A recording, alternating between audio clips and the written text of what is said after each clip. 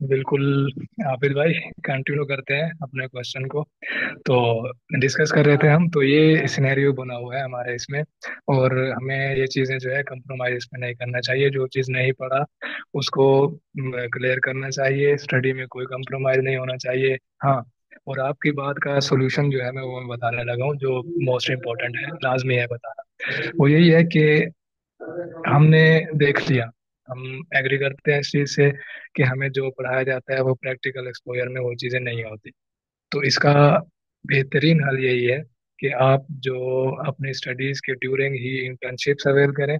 सही होता है, आपको उसके लिए कोई रिसोर्स लगाना पड़े, कोई रेफरेंस लगाना पड़े, जैसे भी करके आप जो है वो इंटर्नशिप्स वगैरह अवेल करें। अपना प्रैक्टिकल एक्सपोजर जितना ज़्यादा हो सकता है बढ़ाएं। इससे ये फ़ायदा होगा कि आपकी जो स्किल्स हैं, नॉलेज है, वो फील्ड से रिलेटेड, जो हमारा एक्चुअल फील्ड है उससे रिलेटेड जो है वो बढ़ जाएगा। सही है, इंक्रीज होगा। और इन फ्यूचर जब हम नियर फ्यूचर में जब ग्रेजुएट होंगे आप लोग, तो आप लोगों के पास एक्सपीरियंस भी होगा, आपका पोर्टफोलियो बहुत अच्छा बिल्ड हुआ हुआ होगा। सही है।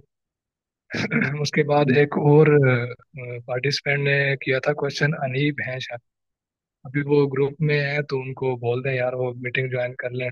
लास्ट टाइम भी ऐसा हुआ था कि मैं कुछ लोगों के क्वेश्चन का आंसर नहीं दे सका था, क्योंकि सिलेबस टॉपिक्स थे उनको कवर करवाना था।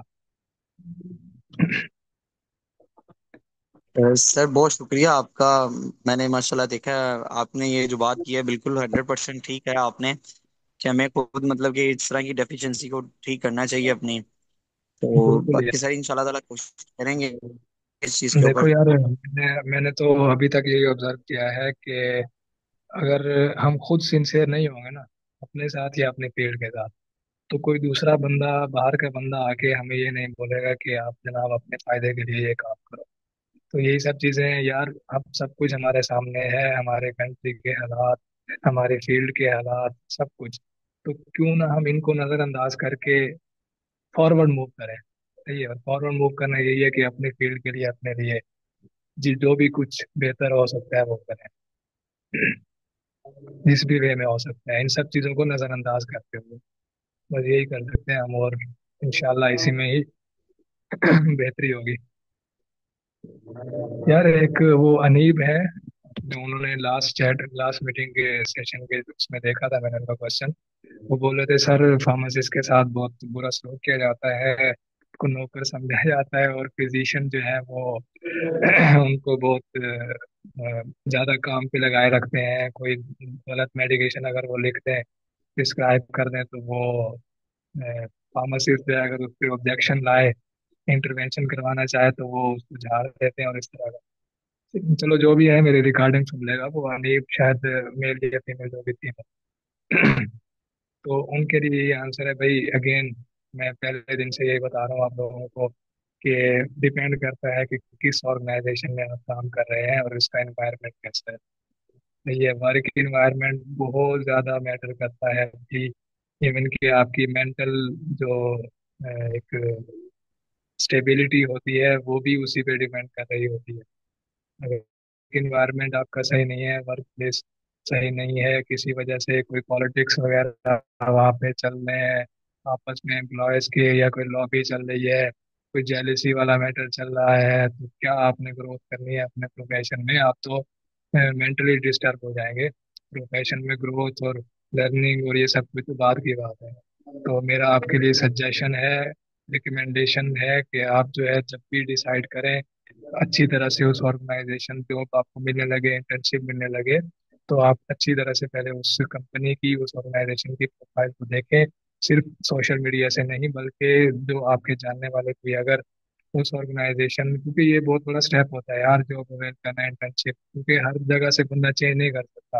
अगर आपने कभी आज यहाँ पे स्टार्ट की किसी ऑर्गेनाइजेशन में जॉब, कोई मसला हो गया, फिर वहां से चेंज की, फिर वहां कोई मसला हो गया, तो ये एक जॉबलेस बंदा जिसकी डेली वेजेस पे वो चल रही होती है, घर का सारा निज़ाम, वो ये अफोर्ड नहीं कर सकता। तो ये सब चीज़ें ऑलरेडी पहले से ही देख के रखनी चाहिए और फिर डिसाइड करना चाहिए कि इस ऑर्गेनाइजेशन में, इस नेटवर्क में या कंपनी में जॉब मुझे अवेयर करनी चाहिए या नहीं। तो आप जानने वालों से जो वहाँ पे काम कर चुके हैं या कर रहे हैं, जो आपके साथ सिंसेयर हैं, उनसे पूछें।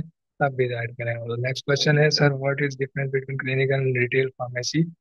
तो क्लिनिकल में भाई ये होता है, रिटेल में हम अपने पास ये है कि मेडिसिन उठाई, आंखें बंद करके बस दे दी, प्रिस्क्रिप्शन देखी, मेडिसिन उठाई, दे दी, कोई पेशेंट काउंसलिंग नहीं, कोई ड्रग इंटरेक्शंस नहीं देखनी, कोई पेशेंट को काउंसल नहीं करना, कोई हमने जो है ना उसमें वो नहीं देखना, क्या बोलते हैं उसको, पेशेंट किस वजह से खा रहा है, उसकी डिजीज क्या है, ये वो कुछ भी नहीं देखना। सिर्फ जैसे हमारे पास वो विक्रय होते हैं ना, जैसे क्या बोल सकते हैं, कोई स्टेशनरी वगैरह या इस तरह की कोई सेल वगैरह लगी होती है, उस तरह की जो खरीदो फरोख्त हो रही होती है, वो हो रहा है। खैर अब तो डेवलप्ड है रिटेल फार्मेसी हमारे कंट्री में भी अल्हम्दुलिल्लाह। लेकिन कॉन्सेप्ट अगर समझना चाहें तो उसमें यही होता है कि हम जो बेसिक चीजें होती हैं, एक जो फार्मासिस्ट का रोल है वो इसमें नहीं होता। सही है। एक डिस्पेंसिंग वाला मैटर है, प्रिस्क्रिप्शन फिलिंग वाला मैटर है कि प्रिस्क्रिप्शन देखिए, उसी के अकॉर्डिंग मेडिसिन दे के पैसे लेके और बस मामला खत्म। जो क्लिनिकल फार्मासिस्ट का रोल है वो नहीं होता वहाँ पे। लेकिन क्लिनिकल फार्मेसी में प्रॉपर जो है हर एक चीज को, जो जो चीजें हम डिस्कस कर चुके हैं उन सबको इन प्रैक्टिस लाया जाता है। ये डिफरेंस है। मोस्ट स्पेसिफिकली अगर मैं बात करूँ, ड्रग इंटरेक्शन देखी जाती हैं मैं in clinical pharmacy, but in retail pharmacy नहीं देखी जाती। वो एक अपनी वेल एंड गुड प्रैक्टिस है किसी की कि वो देख रहा है अगर रिटेल फार्मेसी में होता होगा, लेकिन मोस्टली ऐसा नहीं हो रहा होता। तो ड्रग इंटरेक्शन है, पेशेंट काउंसलिंग है, एजुकेशन है, उसके अलावा ओवरऑल जो जितने भी क्लिनिकल फार्मासिस्ट के रोल हैं वो सब जो है वो क्लिनिकल फार्मेसी में हो रहे होते हैं, लेकिन रिटेल फार्मेसी में नहीं होते। और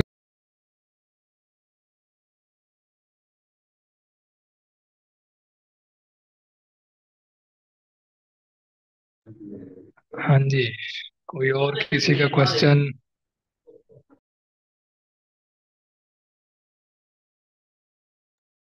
सर मेरा एक क्वेश्चन है कि मुझे ये बताएं कि व्हाट यू सजेस्ट, अगर कोई जिस तरह इंडस्ट्रियल एक्सपीरियंस है किसी का 5 साल का, ठीक है, और 5 साल का ही फिर उसका हो जाता है career break due to any reason, specially females के केस में। तो अगर वो दोबारा आप ज्वाइन करना चाह रही हैं, ठीक है, तो बेसिकली हमारा होता ये है कि इंडस्ट्रियल साइड में ना इस चीज़ को बहुत ज़्यादा नेगेटिव लिया जाता है कि अगर आपका 1 साल का भी ब्रेक हो जाए, ठीक है, मतलब किसी भी फील्ड में, लेकिन इंडस्ट्रियल साइड में बहुत ज़्यादा इस चीज़ को जो है वो कंसिडर किया जाता है कि आपका ब्रेक हो गया है तो फिर आप बिल्कुल जीरो हो गए हैं या बिल्कुल फ्रेश हो गए हैं, ठीक है। लेकिन अगर आपको दोबारा किसी वजह से ज्वाइन करना हो या दोबारा स्टार्ट करना चाहें कैरियर, तो उसके लिए फिर क्या सजेस्ट करेंगे कि क्या करना चाहिए। ये जो हमारे पास कोर्सेज होते हैं, जैसे कि ऑनलाइन कोर्सेज आजकल चल रहे हैं, वो अगर हम ले रहे हों, साइड बाय साइड वेबिनार्स वगैरह ले रहे हों, और अगर हम अपनी अपनी सीवी में ये ऐड ऑन करें, तो ये किस हद तक हमें हेल्पफुल हो सकते हैं अपने कैरियर को रीज्वाइन करने में। क्योंकि जाहिर सी बात है कि हम घर पे हैं, अब हम नहीं उस चीज़ को फिजिकल नहीं कर पा रहे, लेकिन जब हम ऑन जॉब जाएंगे तो हमें फिजिकल अपनी एफर्ट देनी होंगी जैसे कि हम पहले दे रहे थे। तो क्या ये चीज़ें हेल्पफुल होंगी दोबारा से रिज्वाइन करने में, क्योंकि सबका इशू यही होता है कि आप लोग ब्रेक पर हैं तो हम कंसिडर नहीं कर सकते, या अगर करेंगे भी तो बिल्कुल एज अ फ्रेश करेंगे और ऑन अ लो पे स्केल करेंगे जो हमारे पाकिस्तान में क्राइटेरिया चल रहा है। तो इसके हवाले से कुछ बताएंगे क्या करना चाहिए फिर दोबारा से रिज्वाइन करने के लिए। बिल्कुल, आपका क्वेश्चन मैं समझ गया। और इसका आंसर यही है कि देखें, कोई भी ऑर्गेनाइजेशन है जो आपको पे करती है वो उसी के अकॉर्डिंग ही आउटपुट भी आपसे लेगी। अंडरस्टूड सी बात है।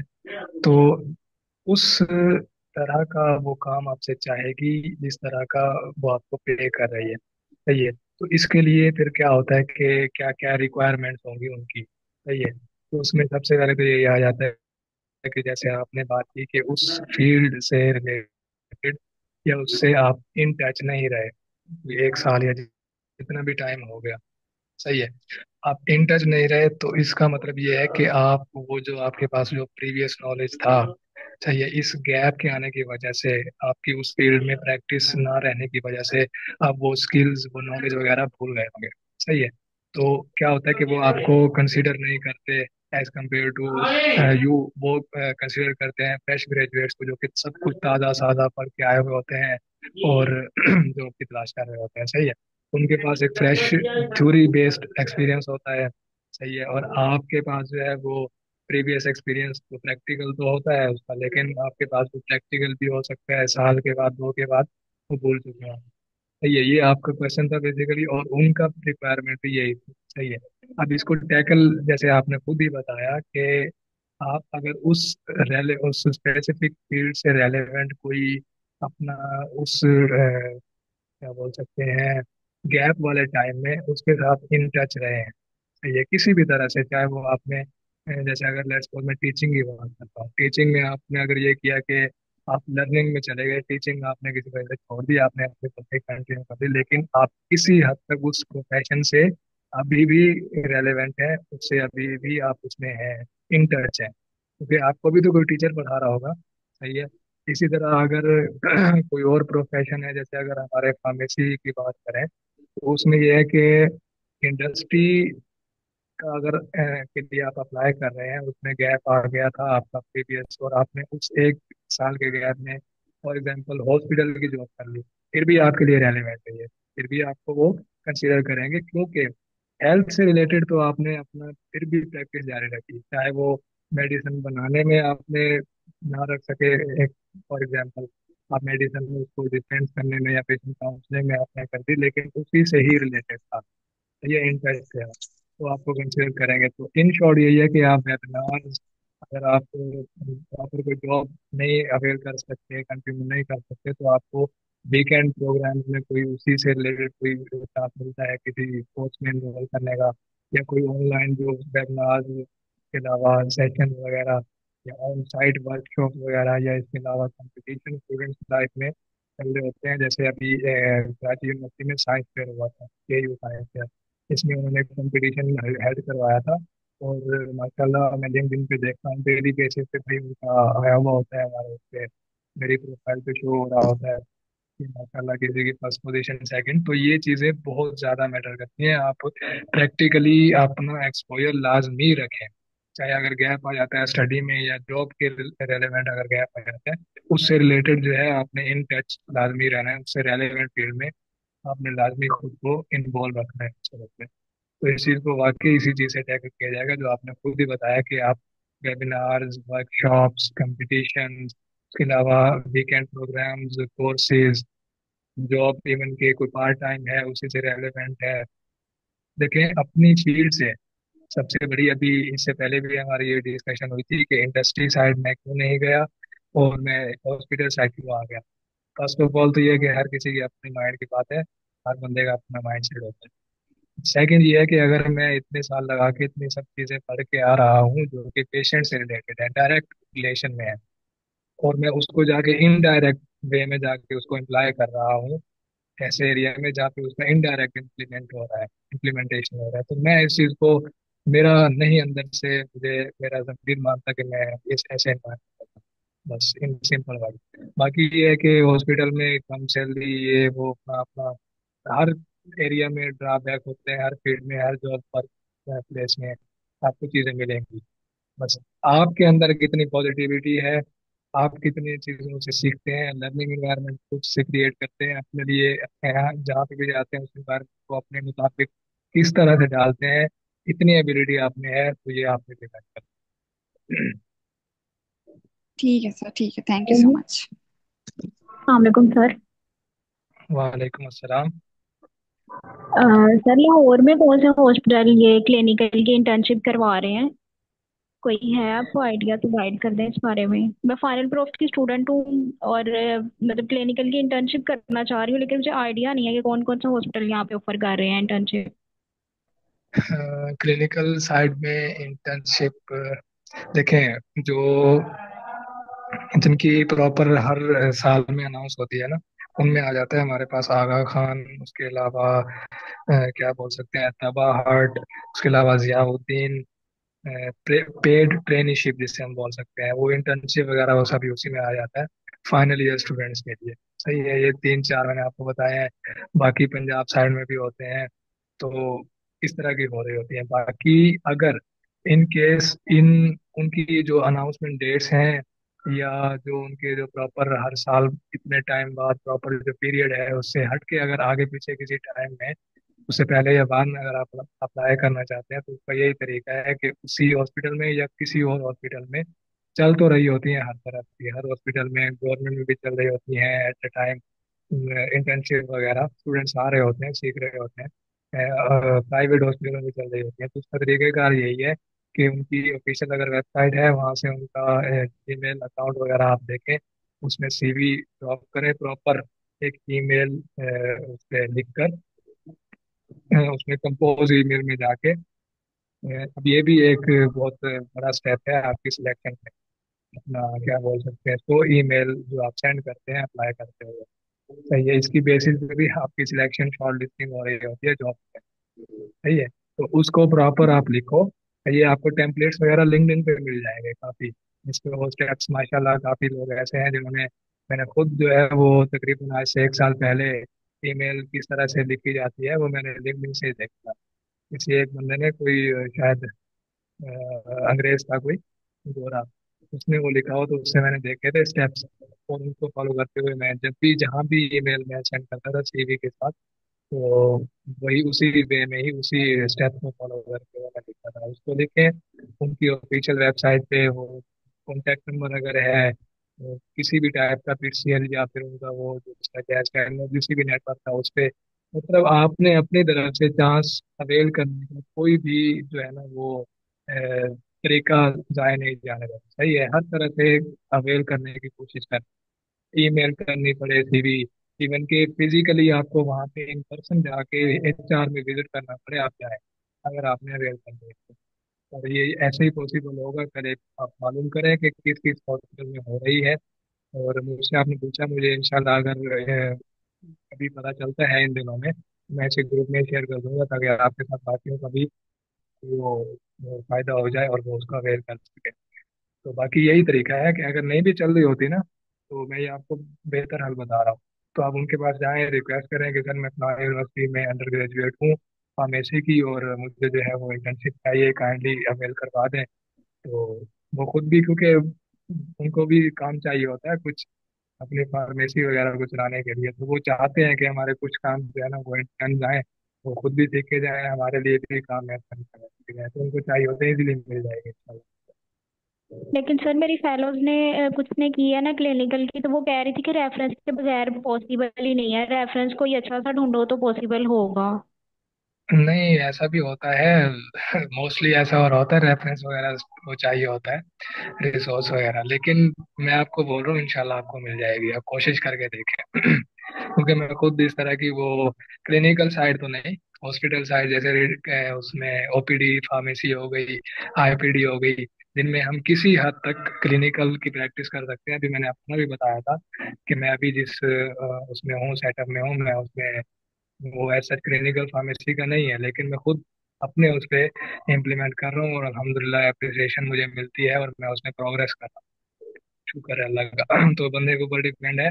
आप ऐसा कोई सेटअप देख लें हॉस्पिटल वगैरह, जरूरी नहीं है अगर क्लिनिकल फार्मेसी कोई वेल रेप्यूटेड ऑर्गेनाइजेशन में, हॉस्पिटल वगैरह में नहीं मिल रही, तो आप किसी ऐसे हॉस्पिटल में देख लें कि जिसमें किसी हद तक वो इम्प्लीमेंटेशन हो क्लिनिकल फार्मेसी इन प्रैक्टिस, वहाँ पे बाकी जाके आप खुद अपना काम कर लो, जी अपने उस पे सर। कर लो, आपको कोई रोकेगा नहीं। जी जी ठीक है, ओके, थैंक यू सर।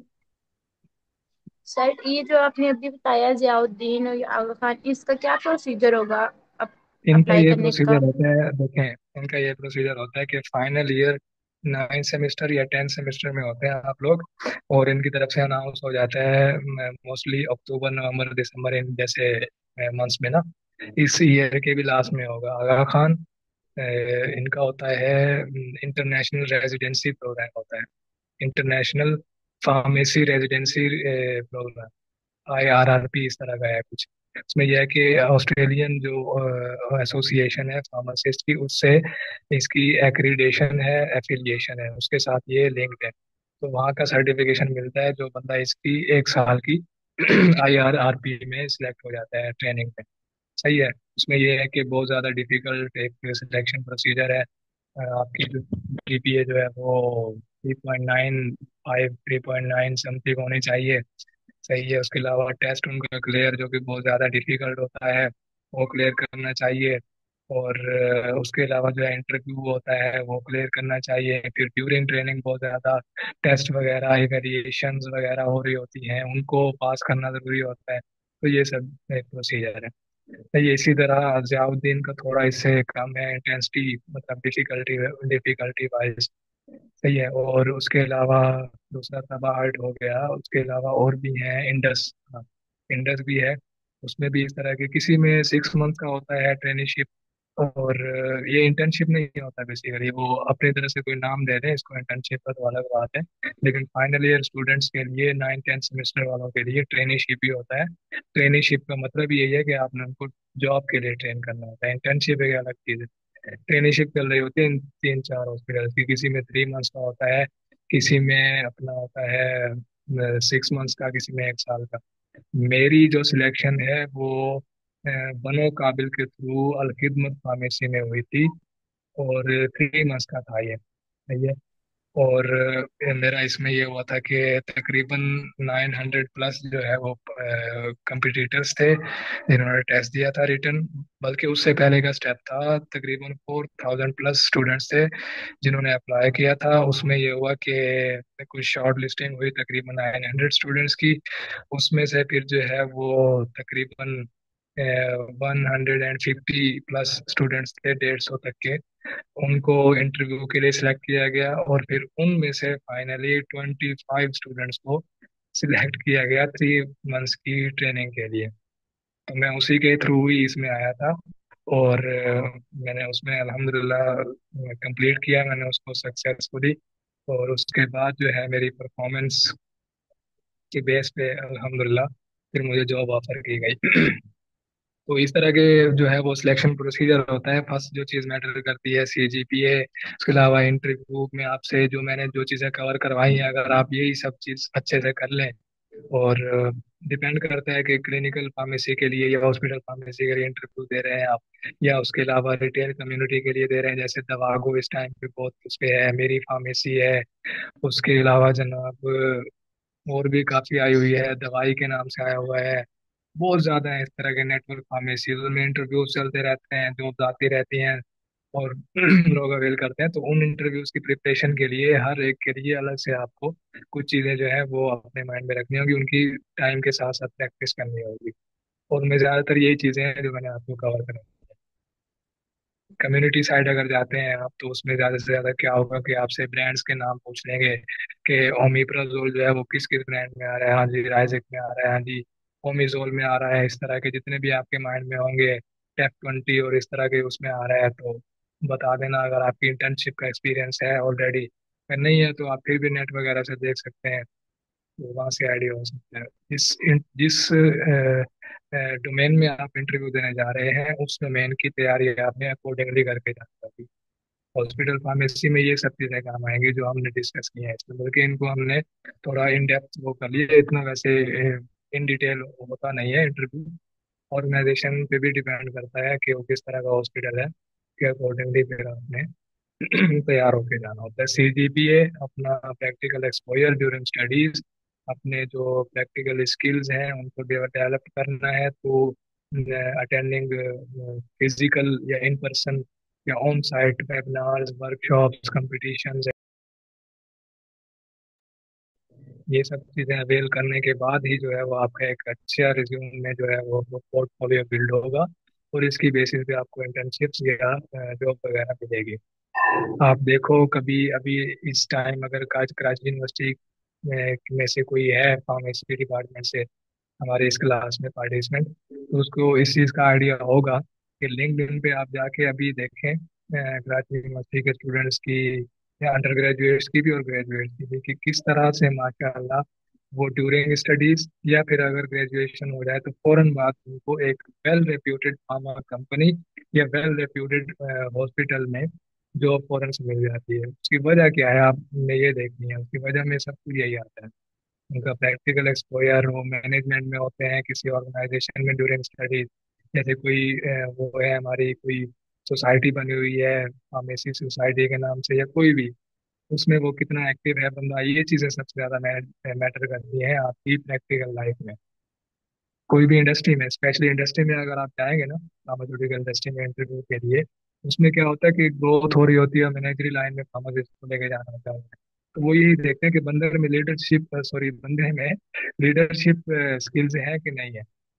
तो अगर आप में वो होंगी, मैनेजमेंट लाइन में है, उसमें मैनेजरी लाइन में अगर आप रह चुके होंगे ड्यूरिंग स्टडी, तो उसके अलावा आप को करिकुलर एक्टिविटीज में इन्वॉल्व होंगे, आप जितने ज़्यादा एक्टिव होंगे सोशल इम्पैक्ट आपका इतना ज़्यादा होगा, वो आपको जल्दी से अवेल करवा देंगे जॉब। और यही चीज़ है उनमें, थ्योरी भी माशाल्लाह उनकी बहुत ज़्यादा स्ट्रॉन्ग होती है कराची यूनिवर्सिटी वालों की।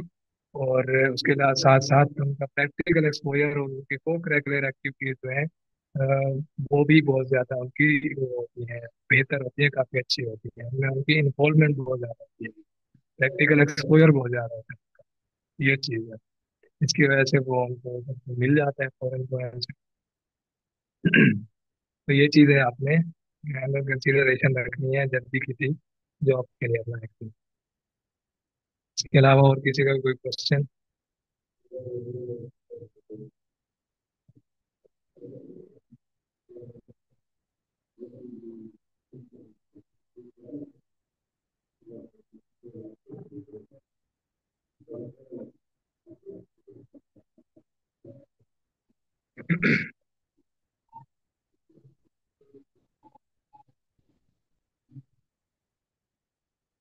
एनीवन, अगर कोई है किसी का क्वेश्चन तो पूछ लें।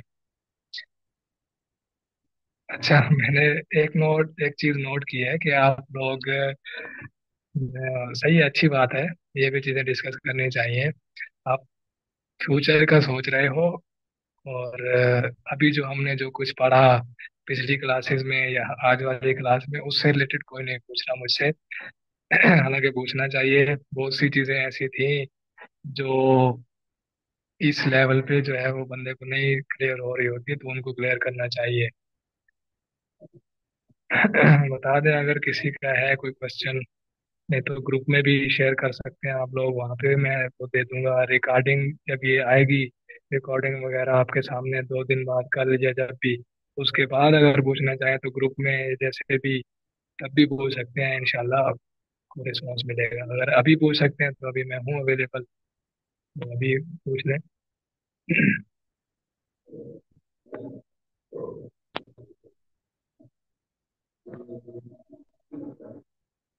सर, ड्रग ड्रग इंटरेक्शन के लिए कोई रेफरेंस बुक है, लाइक हमें कैसे आइडिया होता है उसका?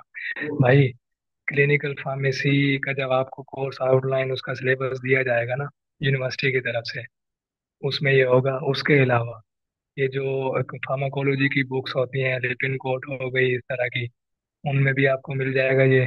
अगर आप एडवांस अप्रोच की तरफ जाना चाहें ड्रग ड्रग इंटरेक्शन के लिए, तो आप जो कल मैंने आपको डेटाबेसेस बताए थे ड्रग ड्रग इंटरेक्शन को चेक करने के लिए, लेक्सिकॉम, उसके अलावा मेडिमैटिक्स, माइक्रोमेडिक्स, इस तरह का एक नाम था, और उसके अलावा एक दो और भी हैं, उनमें जाएं। अब मेडिस्केप, बिल्कुल ये नाम मैं कल भी भूल गया था, ये मैंने खुद भी यूज़ करके देखा है, और उसकी उस पे क्या बोलते हैं, प्ले स्टोर पे इसकी रेटिंग्स भी माशाल्लाह काफ़ी अच्छी हैं। ज़्यादातर यही यूज़ किया जाता है, प्रोफेशनल्स जो है माशाल्लाह इसको यूज़ करते हैं।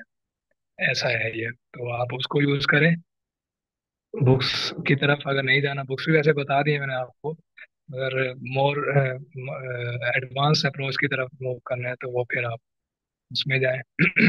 इस तरह के जो एप्स हैं, डेटा बेसिस हैं, उनको यूटिलाइज करें, और डेली बेसिस पे करने पे ड्रग इंटरेक्शन एक ऐसा है जो ऐसे बैठे बिठाए नहीं हो जाएगा यार। पूरी फार्माकोलॉजी जितना ज़्यादा आप प्रैक्टिस करेंगे इसकी, जितना ज़्यादा स्टडी करेंगे, बार बार रिवीजन, और social media, Insta, LinkedIn, Facebook, ये वो पेजेस इसके लाइक करें, और उसके ऊपर पोस्ट करें, दूसरों की पोस्ट रीड करें, उस पर कमेंट्स करें, सही है। और रिसर्च स्टडीज जो आर्टिकल्स हैं जो आपको उस पे नेट पे मिल जाते हैं, एडवांस स्टडीज, रिसर्चेज, उनको स्टडी करें, इस तरह से अपना नॉलेज अपग्रेड करें, अपडेट करें। तब जाके ये सब जो है ना टाइम के साथ प्रैक्टिस के साथ आपको ये माइंड में आएगा, और जो प्रोफेशनल जो आपकी जॉब, ड्यूरिंग जॉब जो आपकी प्रैक्टिस होगी, उसमें आप इसको सही से इम्प्लीमेंट कर सकेंगे। मैं खुद इसमें वो करता हूँ यार, सीखता हूँ ये सब चीज़ें। मैं स्टार्ट से ऐसा नहीं था कि वो पता हूँ ये चीज़ें, लेकिन ये है कि टाइम के साथ साथ भी जैसे जैसे सामने आती हैं, इनकाउंटर होता है इनसे, तो बंदा फिर रीड कर लेता है कि चलो यार अभी सामने आ गया तो उसके साथ के साथ बंदा देख ही ले। वो एक चीज देखने में आप कई चीज इर्द गिर्द की देख लेते हैं जो कि इन फ्यूचर आपके लिए काफी बेनिफिशियल होती है। लर्निंग का प्रोसेस कभी नहीं रुकना चाहिए। आप जितने भी तरक्की कर लें अपने प्रोफेशनल लाइफ में, जारी रहना चाहिए। इसके अलावा कोई क्वेश्चन किसी का है? अच्छा, मैं ग्रुप में ना एक केस स्टडी वो करूँगा शेयर अभी इस सेशन के बाद। तो आप लोगों ने अपने अपने उसमें अंडरस्टैंडिंग के अकॉर्डिंगली ग्रुप में जो है वो उसका आंसर देना। कोई क्वेश्चन किसी का है तो वो बता दें। तो मैं फिर से बोल रहा हूँ, अगर इसी टाइम पे कोई क्वेश्चन है या फिर क्लास के बाद कोई रिकॉर्डिंग वगैरह सुनने के बाद कोई क्वेश्चन है, या फिर उसमें है अपना क्या बोलते हैं लेक्चर सॉरी ग्रुप में, अगर आप पूछना चाहें तो वहाँ भी पूछ सकते हैं। तो आई थिंक सो 4:30 से स्टार्ट हुए थे हम और अभी 7 बज चुके हैं, तो बस करते हैं। क्योंकि कल मैं इसको कवर नहीं करवा सका था और आज इसको आज या जब भी पॉसिबल होता जल्दी तो इसको कवर कराना ज़रूरी था। तभी जो है वो आज मैंने इसको करवा दिया। क्वेश्चन कल भी जिन लोगों के रह गए थे वो अगर आज भी रह गए हैं तो बता दिए कि किस तरह से वो पूछ सकते हैं मुझसे।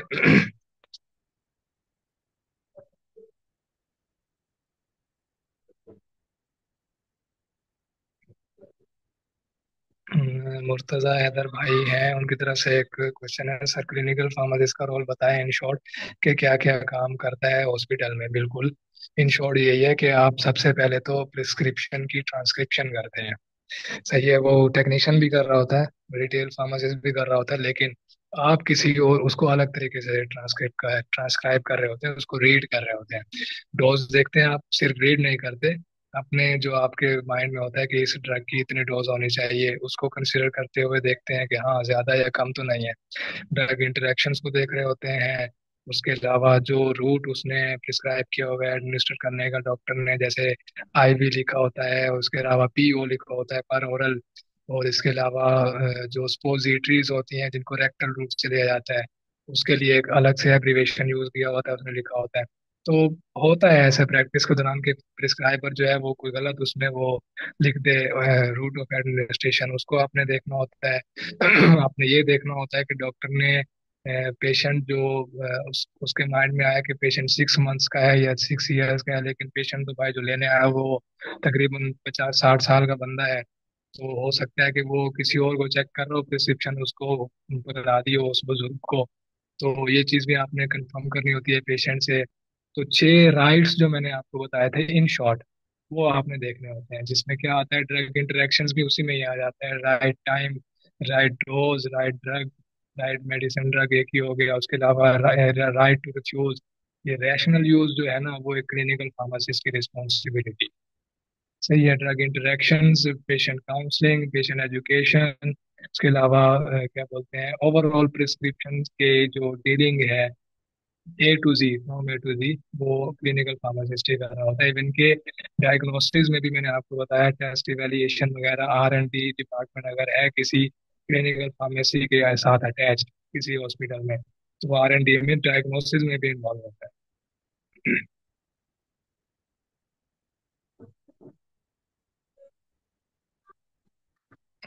सही है मुर्तजा भाई, क्लियर हुआ आपको ये पॉइंट?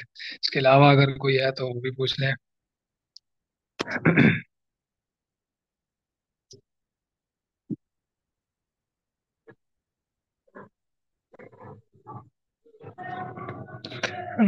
ड्रग एरर्स जो होते हैं, मेडिकेशन एरर्स, उनको प्रिवेंट करना क्लिनिकल फार्मासिस्ट का काम है।